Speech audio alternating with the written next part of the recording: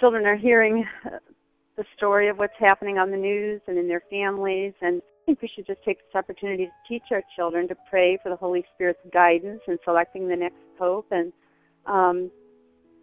this will be covered extensively on the news, so it's an opportunity for the children to join with their families and just watch papal succession taking place. It's an exciting moment in our church. The church is our spiritual family on earth, and the Pope is our Holy Father, our spiritual father, and it's important for children to have that Catholic identity, to know that this is our family and this is our leader of our family. And I think this is something important for children to learn at a young age.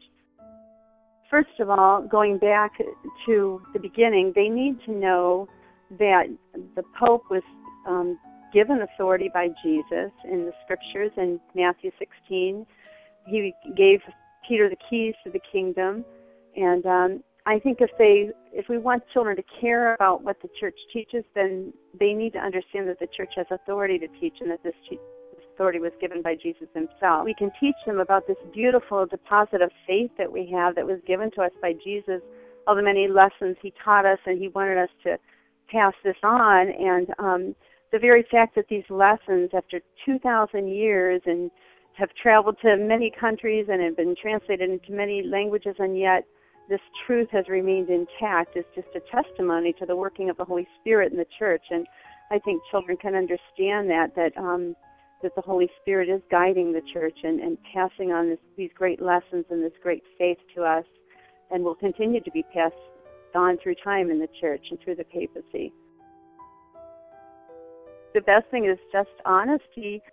He's tired, and he's had some sickness, and he's very old, and it's understandable that this work is very hard for him to do, and he's prayed about this. He's determined that God is leading him to step aside so that someone who has the endurance can fulfill this role in the church. And he can now use his time and spend the rest of his days by helping the church with prayer and suffering. And I think this is really a golden opportunity to teach children also that lesson that we can unite our sufferings with Christ, and God can bring good out of that, and that's what the Pope intends to do. Even now, the Pope has many titles. He has at least 9 titles that I know of, and many of them we rarely hear. He's called Patriarch of the West, Primate of Italy, Successor of St. Peter, Prince of the Apostles, and so on and so forth. So even though he has many titles, most of us just know him as Pope Benedict the 16th. And I think even once he resigns, even though he may have an official title, many of us still think of him as a fatherly figure and a very endearing figure. And so some of us may continue to call him Pope Benedict, even though that may no longer continue to be his title. So we'll have to wait and see on that one, because I think we're all interested in knowing what he'll be called. Some things will take place before Pope Benedict dies. It's my understanding that the Ring of the Fisherman and the papal seal will be destroyed as soon as he resigns. And since he will no longer be acting as Pope, he will no longer have the authority to make those decisions. And the Ring of the Fisherman and the papal seal both represent the authority of the Pope.